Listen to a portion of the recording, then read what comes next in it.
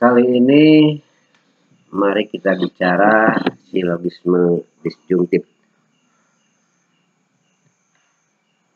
Pada video yang lalu saya sudah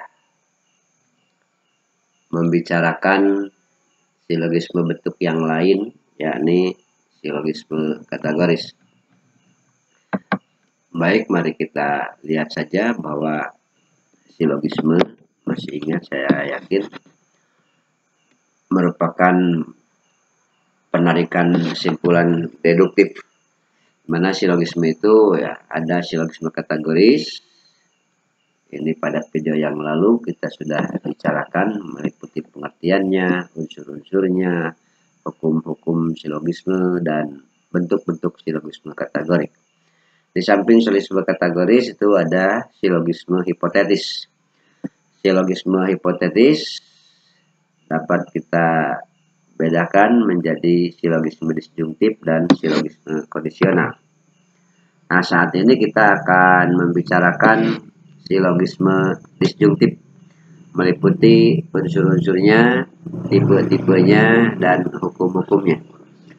Oke, kita mulai saja melihat unsur silogisme disjungtif.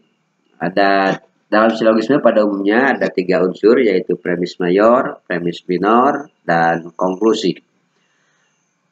Maka kita akan melihat bagaimana premis mayor pada silogisme disjungtif dan bagaimana premis minornya, kemudian bagaimana konklusinya.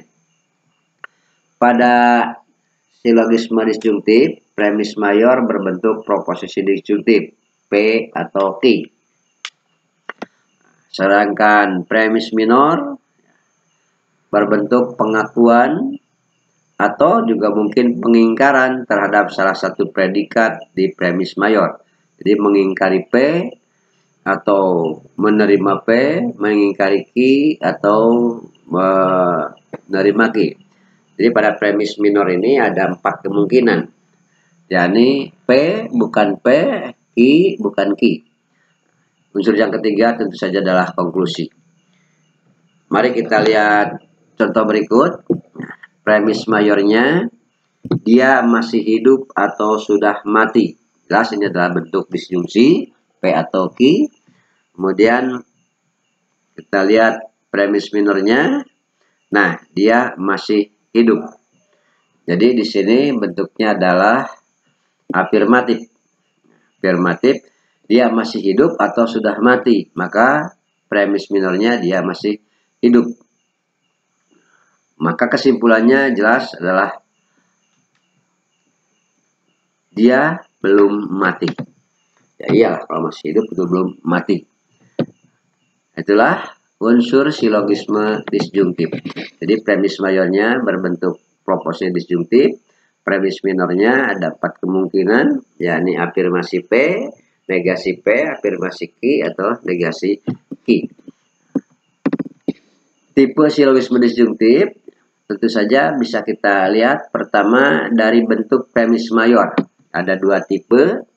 Ingat bahwa proposisi disjungtif itu ada 2 tipe, yakni proposisi disjungtif eksklusif dan disjungsi inklusif. Anda masih mengingatnya? Disjungsi eksklusif ya, artinya sebuah proposisi P atau Q di mana kemungkinannya hanya ada 2. P benar, maka Q salah, atau P salah, maka Q benar. Tidak ada kemungkinan ketiga. Sedangkan pada disjungsi inklusif ada kemungkinan ketiga. P benar, Q salah. P salah, Q benar, tapi bisa juga P benar, Q benar. Itulah disjungsi inklusif. Sedangkan dari bentuk premis minornya ada 2 tipe. Ya, tadi disebutkan, yakni afirmatif dan negatif. Oleh karena itulah bentuk atau tipe silogisme disjungtif itu akan ada 4 macam. Itu ya merupakan permutasi dari bentuk premis mayor dua macam, bentuk premis minor dua macam. Maka bentuk atau tipe silogisme disjungtif akan menjadi 4 macam. 1. Premis mayor disjungsi eksklusif, sedangkan premis minornya afirmatif.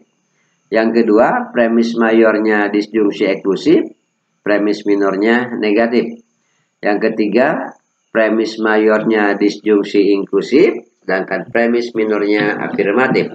Dan yang keempat, tipe di mana premis mayornya disjungsi inklusif, sedangkan premis minornya negasi. Sedangkan konklusinya hanya akan ada 2 bentuk saja. Bila konklusi ini akan dipengaruhi oleh bentuk premis minor. Jika premis minornya afirmatif, maka konklusinya negasi. Bila premis minornya negatif, maka konklusinya afirmatif. Baik, untuk memahamkan hal ini, ya, kembali lagi saya ingin menegaskan bahwa pemahaman disjungsi eksklusif dan disjungsi inklusif ini sangat penting. Karena hukum-hukum silogisme disjungtif itu akan melihat dari sini. Jadi nanti mana simpulan yang sah dan simpulan yang tidak sah, kita harus menganalisisnya dari premis mayor. Premis mayor sebagai acuan di mana kesimpulan dilahirkan berdasarkan hubungan antara premis mayor dengan premis minor. Baik, kita lihat satu persatu, ya, contoh berikut ini. Pertama, kita akan melihat contoh tipe silogisme disjungtif yang menggunakan premis mayornya disjungsi eksklusif, sedangkan premis minornya afirmatif. Misalnya, dia hidup atau mati.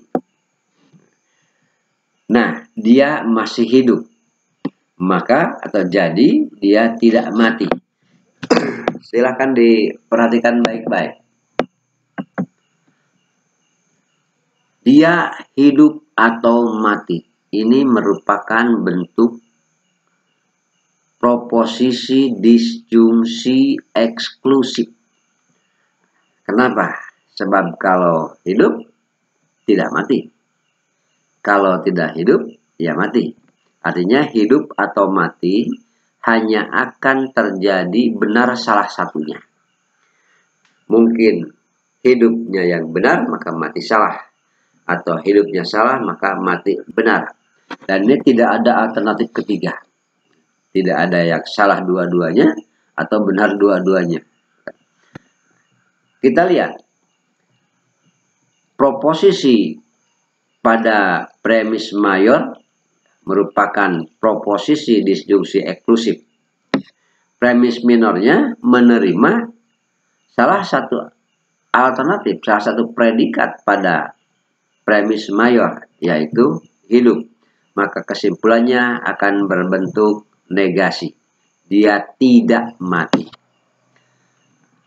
Contoh yang kedua, yaitu premis mayornya disjungsi eksklusif, sedangkan premis minornya negatif.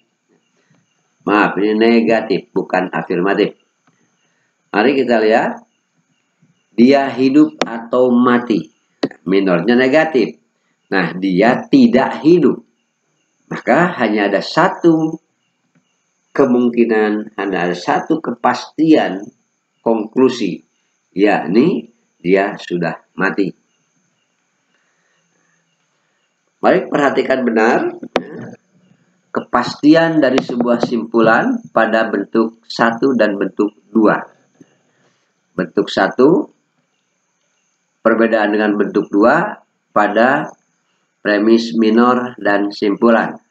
Pada nomor 1 premis minornya afirmasi, sedangkan simpulannya negasi. Saya istilahkan saja dengan AN. Sedangkan pada nomor 2 premis minornya negasi, maka simpulannya afirmasi. Saya istilahkan saja dengan NA. Jadi yang ini AN, yang ini NA. Kemudian mari kita lihat bentuk yang ketiga, yaitu premis mayornya disjungsi inklusif, sedangkan premis minornya afirmatif. Baik, kita lihat contohnya. Dia pergi ke toko atau ke kampus. Perhatikan benar. Bedanya dengan disjungsi pada nomor 1, dia hidup atau mati. Disjungsi pada nomor 3, dia pergi ke toko atau ke kampus. Dia pergi ke toko atau ke kampus, ini adalah disjungsi inklusif. Karena bisa benar salah satu dan yang lainnya salah, tapi bisa juga kedua-duanya benar. Baik, melihat pada contoh yang ketiga ini adalah premis mayornya disjungsi inklusif, sedangkan premis minornya kita buat afirmasi, yakni penerimaan terhadap salah satu predikat. Nah, dia ke toko. Kira-kira menurut Anda kesimpulan yang diperoleh apa? Kalau melihat alur nalar pada silogisme disjungtif, maka simpulan ini harus ditarik bahwa dia tidak ke kampus. Di sini mengikuti kalau bukan ke toko berarti ke kampus, hanya karena di sini ada dua pilihan. Baik, kita lanjutkan dengan contoh keempat, yaitu bentuk premis mayornya disjungsi inklusif, sedangkan premis minornya negasi. Mari kita lihat. Dia pergi ke toko atau ke kampus. Nah, tidak ke kampus. Berarti simpulannya ke toko. Jadi dia pergi ke toko. Saudara-saudara, para sahabat sekalian, mari kita kaji, mari kita analisis keempat bentuk ini kaitannya dengan validitas simpulan yang diambil. Pada tipe ke-1 dan kedua, yaitu premis mayornya menggunakan disjungsi eksklusif, baik AN atau NA. AN artinya premis minornya afirmasi, simpulannya negasi. Atau pada nomor 2, premis minornya negasi, simpulannya afirmasi. Di sini nampak baik AN maupun NA menghasilkan simpulan yang sah. Kenapa? Karena disjungsi pada premis mayor itu disjungsi eksklusif. Jadi hanya ada dua kemungkinan. Kalau dia masih hidup, pasti tidak mati. Kalau dia tidak hidup, pasti sudah mati. Hanya ada dua kemungkinan. Maka simpulan 1, dia tidak mati. Simpulan yang kedua, jadi dia sudah mati.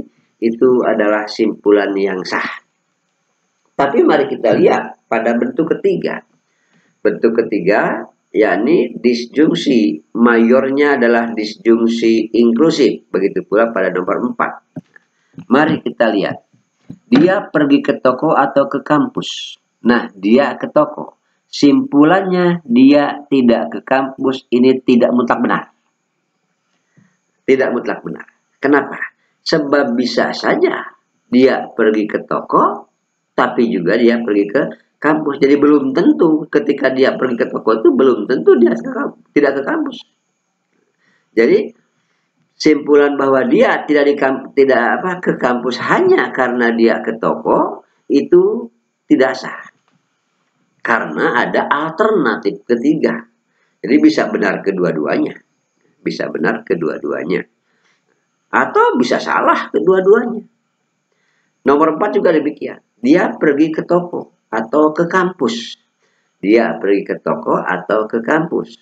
Nah, kalau tidak ke kampus, bukan berarti pergi ke toko. Sebab bisa jadi tidak ke kampus, tapi juga tidak ke toko. Disinilah harus hati-hati dalam silogisme disjungtif. Jadi, silogisme disjungtif hanya yang menggunakan premis mayornya disjungsi eksklusif itulah sebuah simpulan atau bakal melahirkan sebuah simpulan yang sah, yang benar. Sedangkan bila premis mayornya berbentuk disjungsi inklusif, simpulan yang ditarik pada silogisme ini belum tentu benar. Walaupun alurnya sah, tapi kebenaran simpulannya tidak dapat dipastikan. Artinya apa?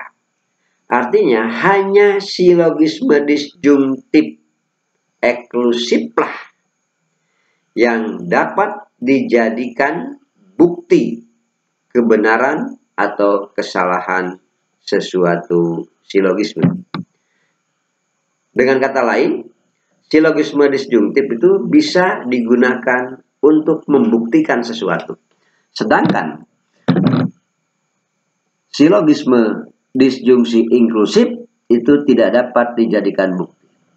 Walaupun demikian, perlu kita hati-hati pada kenyataannya dalam kehidupan kita sulit sekali mencari sesuatu yang merupakan dua alternatif pilihan dan eksklusif.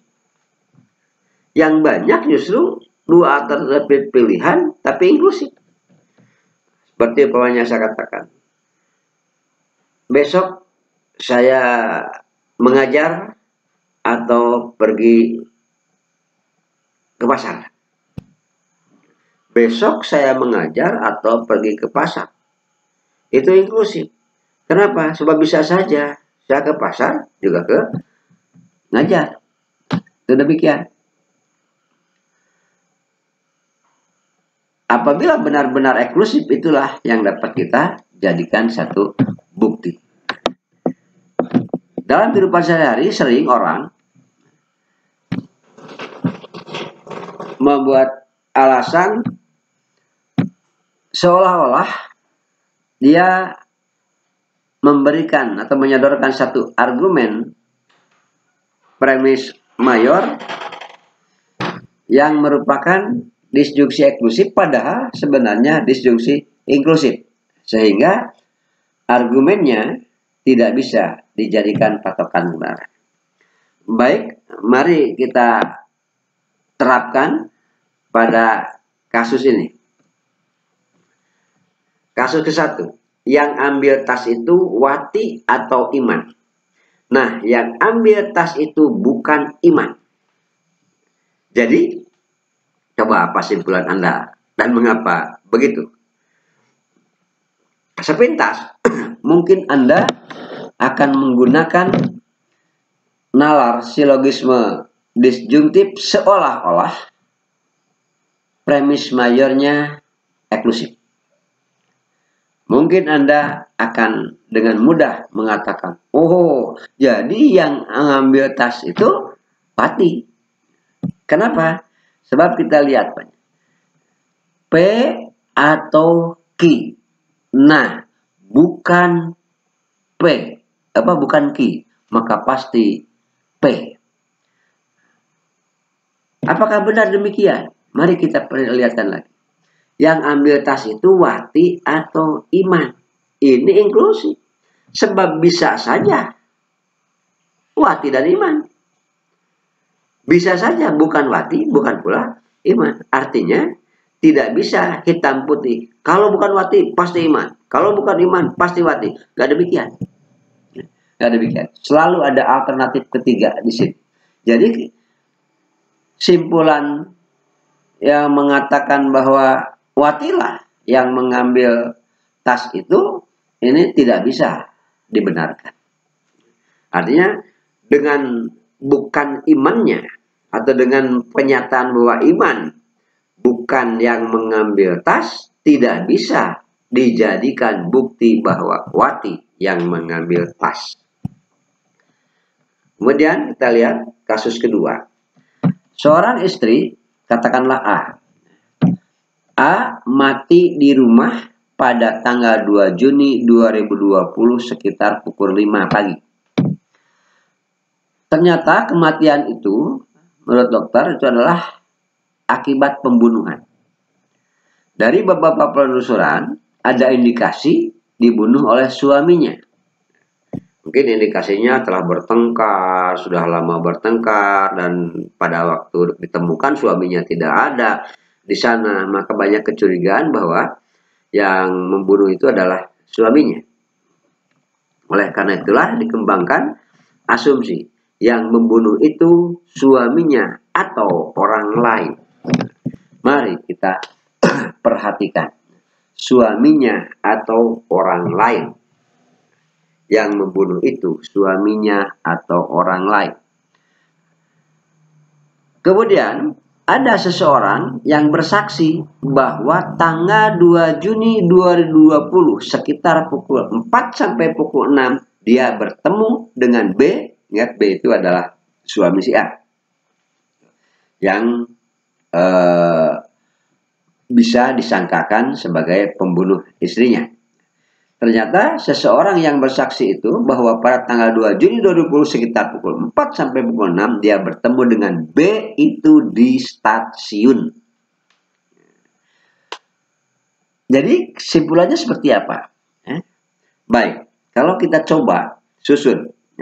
Yang membunuh itu suaminya atau orang lain. Nah, yang membunuh itu bukan suaminya. Maka simpulannya yang membunuh itu adalah orang lain. Apakah ini sah dipakai memberikan sesuatu? Iya.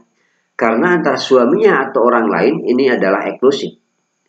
Jadi tidak bisa benar kedua-duanya. Antara suaminya dan orang lain. Kemudian ada kesaksian bahwa suaminya tidak ada di tempat kejadian. Inilah yang disebut dengan alibi. Jadi bisa dipakai untuk membantah bahwa bukan suaminya, tapi adalah orang lain. Yang membunuh itu bukan suaminya. Kenapa? Sebab di sini suaminya berada pada tempat lain. Jadi kalau kita susun, yang membunuh itu suaminya atau orang lain. Nah, yang membunuh itu bukan suaminya. Jadi yang membunuh itu adalah orang lain. Demikianlah para sahabat, saudara-saudara semua, kita telah mencoba membahas silogisme disjungtif. Mudah-mudahan atau harapan saya Anda semua dapat memahaminya dan mengembangkannya.